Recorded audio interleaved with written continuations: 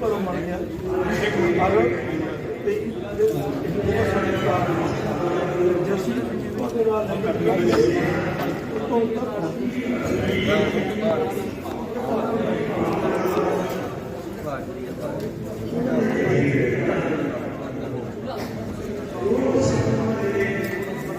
राजनीति पार्टी मैं राजनीति में सैकड़ा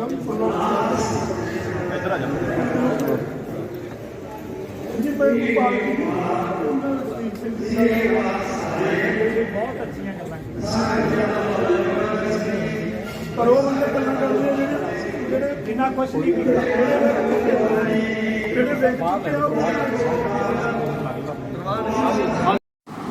नमस्कार, मैं अंकुर जावला और आप देख रहे हैं हिंदुत्व मेरी पहचान यूट्यूब चैनल। हमारे साथ है श्री पंचदश नाम जूना खाड़े से महामंडलेश्वर यति नरसिंह गिरी महाराज जी। स्वामी जी, आज आप पंजाब गए हुए थे, आखिरकार वहाँ पर आपका क्या कार्य था, आप अगर बतला पाए तो। देखिए, पंजाब में फतेहगढ़ साहिब, ये सरहिंद में है। फतेहगढ़ साहिब ये वो गुरुद्वारा है जहाँ गुरु गोविंद सिंह जी महाराज के दो छोटे साहिबजादों को दीवार में चुना गया था। वो दीवार वहाँ आज भी उन्होंने सुरक्षित रख रखी है। तो वहाँ गया था आज। वहाँ मैं इस जगह को बहुत ही पवित्र मानता हूँ। गुरु गोविंद सिंह जी महाराज भारत के सबसे बड़े बलिदानियों में से हैं। उन्हें सर्ववंश बलिदानी कहा जाता है। तो जहाँ उनके दो साहिबजादे बलिदान हुए थे, उस मिट्टी को सिर झुकाना, वहाँ की मिट्टी को अपने माथे से लगाना, ये मेरा उद्देश्य था। और साथ ही साथ वहाँ एक कौमी एकता करके एक जो है कार्यक्रम चल रहा है, खालिस्तान से प्रेरित सिखों का। मतलब हमारे भाई हैं, लेकिन बहुत सारे ऐसे हैं जो अब हिंदुओं को अपना भाई नहीं मानते। उनका कार्यक्रम था। तो मुझे मेरे एक बड़े अच्छे शिष्य हैं, उन्होंने वहाँ बुलाया था।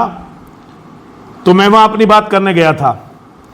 वो बात ये थी कि सनातनी और सिखों का भविष्य अलग अलग नहीं हो सकता, और सनातन और सिख अलग नहीं है, ये सगे भाई हैं।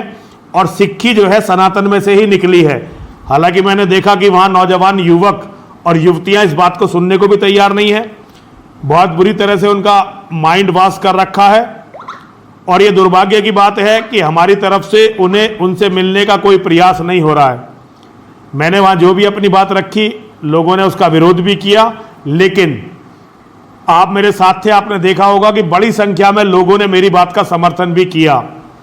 एक नौजवान निहंग सिख 22-23 साल की उम्र का मेरी बात सुन के रोने लगा। आज मैं बहुत भावुक भी हो गया था, इतना नौजवान और रोने लगा। उसने कहा, आप महाराज बिल्कुल सही कह रहे हैं, और ये समय बिल्कुल हमारा दिमाग खराब हो गया है, ये सब पागल हो गए हैं।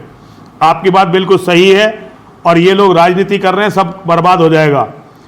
बुजुर्ग सिख 80 साल के, 85 साल के, उन्होंने कहा कि महाराज आप बिल्कुल सही बात कहने के लिए आए हो, और पहली बार कोई हिंदू साधु इस तरह की बात कहने के लिए हमारे बीच में आया है। मैं जब जा रहा था अंकुर भाई, तो मैं बहुत डरा हुआ था। एक तो इस बात से डरा हुआ था कि सिख किस तरह से इसको लेंगे, और दूसरी बात मैं इस बात से डरा हुआ था कि हमारे हिंदू क्या कहने लगे, क्योंकि हिंदू केवल सोशल मीडिया के वीर हैं, सड़क पर तो उतरते नहीं हैं।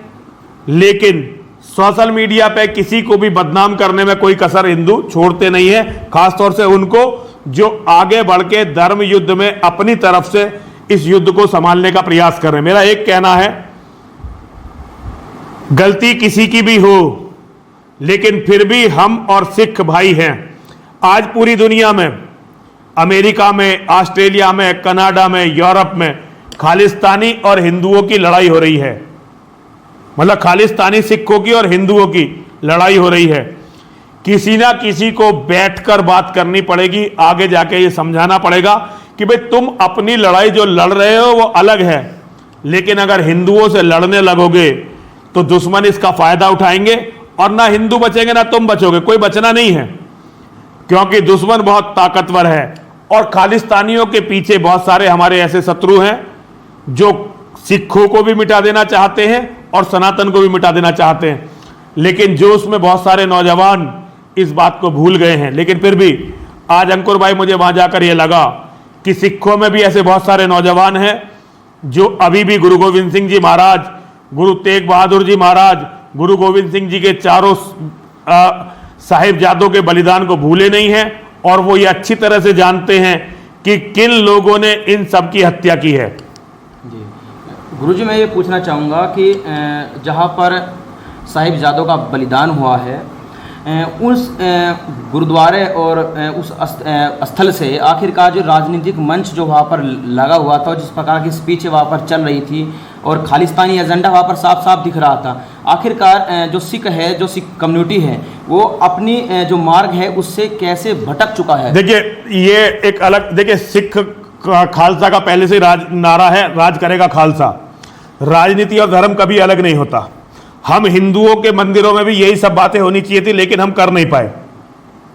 कौम की बेहतरी के लिए जो भी उन्हें लग रहा है वो कर रहे हैं, उनका रास्ता गलत है या सही है। लेकिन आपने एक बात देखी होगी कि बड़ी संख्या में बुजुर्ग थे, बड़ी संख्या में महिलाएं थीं और बहुत बड़ी संख्या में नौजवान थे। वो अपनी कौम की बेहतरी के लिए जो भी कर, मुझे नहीं पता उनका सही है गलत क्या है, क्योंकि ये तो वक्त बताएगा। बाकी जो काम गुरुद्वारे कर रहे हैं, मंदिर क्यों नहीं कर रहे, हम ये नहीं कह सकते कि वो राजनीति कर रहे हैं। वो अपनी कौम के भविष्य की चिंता कर रहे हैं। उनका रास्ता सही है या गलत है ये मैं नहीं जानता, लेकिन मैं चाहता हूं कि हिंदुओं का हर मंदिर केवल बैठकर भगवान का नाम ले और लोगों को अंधविश्वासी ना बनाए, बल्कि हर तरह से हिंदुओं के और सनातन धर्म के भविष्य के इसी तरह चिंता करें जैसे वहां पर बैठे हुए सिख और खालसा के लोग कर रहे थे। गुरुदेव, खालसा सिख अपने एक अलग देश की हमेशा से मांग करते आए हैं और काफ़ी लोग इसके समर्थन में भी हैं। आप ये देखिएगा जैसे कि वहाँ पे स्पीच, वहाँ पे भाषण चल रहे थे और आपने कहा कि सनातन से ही सिक्खी निकली है। उसके बाद काफ़ी लोगों ने इस पर आलोचना भी की और उसके बाद आपने उनको समझाने का प्रयास भी किया, लेकिन उसके बाद भी लोग समझने के लिए तैयार नहीं थे। आखिरकार ये क्या? देखिए उनके मन में जो विष बोए गए हैं, उन विषयों को काटने का किसी ने प्रयास नहीं किया है। किसी ने भी उनको समझाया नहीं है कि भाई अगर खालसा हिंदुओं में से नहीं आया, सनातन से नहीं आया, तो क्या आकाश से टपक गया? ये देखिए वो बच्चे हैं हमारे, अलग नहीं है, मैं उन्हें अलग नहीं मानता। मैं सिख और सनातनी की एकता का सबसे बड़ा, ये जो बार बार विदेशों में जो ये सिखों के और हिंदुओं के झगड़े हो रहे हैं, मैं पूरी कोशिश करूंगा कि ये ना हो और इसके लिए जो भी करना पड़े, जिससे भी बात करनी पड़े मैं बात करूंगा और ये बंद होने चाहिए। तो ये जो भी है मैं पूरा प्रयास करूंगा। मैं अपने धर्मगुरुओं से भी बात करूंगा और सिखों के धर्मगुरुओं से भी बात करूंगा और हमें ये समझना पड़ेगा कि कहीं ऐसा ना हो कि हमारी लड़ाई में सब कुछ उनके पास चला जाए, जो सिक्खी को भी खत्म करेंगे और सनातन को भी खत्म करेंगे। गुरुजी, एक आखिरी प्रश्न में ये पूछना चाहता हूँ, आज सिक्खी इस्लाम से ज़्यादा सनातन को, काफ़ी लोग ऐसा मानते हैं कि सिक्खी इस्लाम से ज़्यादा सनातन को अपना शत्रु मानता है और एक काफ़ी बार हमने देखा है, चाहे किसान आंदोलन हो या वगैरह जो भी आंदोलन होते हो। नहीं, देखिए मैं ये नहीं मानता बिल्कुल। आज मैंने वहाँ प्रत्यक्ष वहाँ पर इसको महसूस किया कि ज़्यादातर लोग जो है इस्लाम के खिलाफ नहीं है, वो इस्लाम के साथ नहीं है, वो अभी भी सनातन के साथ रहना चाहते हैं। ये आपने भी देखा होगा, बुजुर्ग लोग आए और उन्होंने कहा हम एक हैं, एक रहेंगे, हम साथ थे, हम साथ रहेंगे। नौजवान आए, महिलाएं आई, उन्होंने कहा स्वामी जी आपने बिल्कुल सही बात की है। देखिए आज हम जहां गए थे वहां कट्टरपंथी सिख थे सारे, लेकिन उन कट्टरपंथी सिखों में भी मेरी बात सही बताने वाले सिख बहुत थे। अब ये तो देखिए, तो कट्टरपंथी सिख थे तो नरमपंथी भी सिख हैं। बहुत सारे मेरे मित्र हैं सिखों में, मेरे साथी हैं जो बिल्कुल मेरी बात से सहमत हैं, यहां भी आते रहते हैं, निहंगों में भी ऐसे सिख हैं।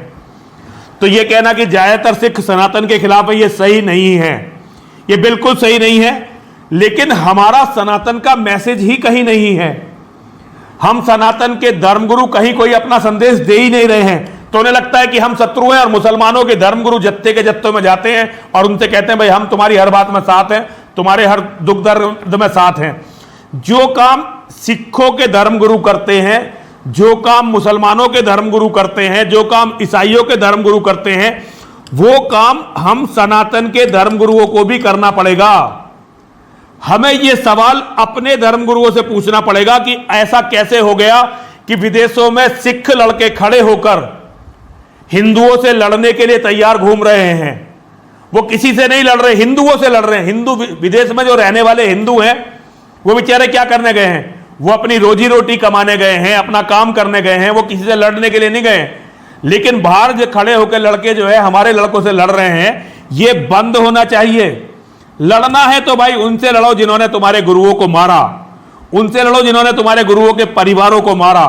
हमने कभी भी तुम्हारे साथ कोई बुरा नहीं, कुछ लोगों ने गलती की होंगी, गलत सब जगह है, इधर भी है उधर भी है, तो उनकी गलतियों को सारे हिंदू समाज पर थोप कर। और एक विशेष बात जो आज मैंने वहां भी कहा, हिंदुओं के नेता तो स्वभाव से ही हिंदुओं के शत्रु हैं। हिंदुओं के विनाश में सबसे बड़ी भूमिका हिंदुओं के नेताओं की है। तो हिंदुओं के नेताओं की गलती के कारण सिख हिंदुओं को अपना शत्रु ना समझे, यह मेरा संदेश स्पष्ट है।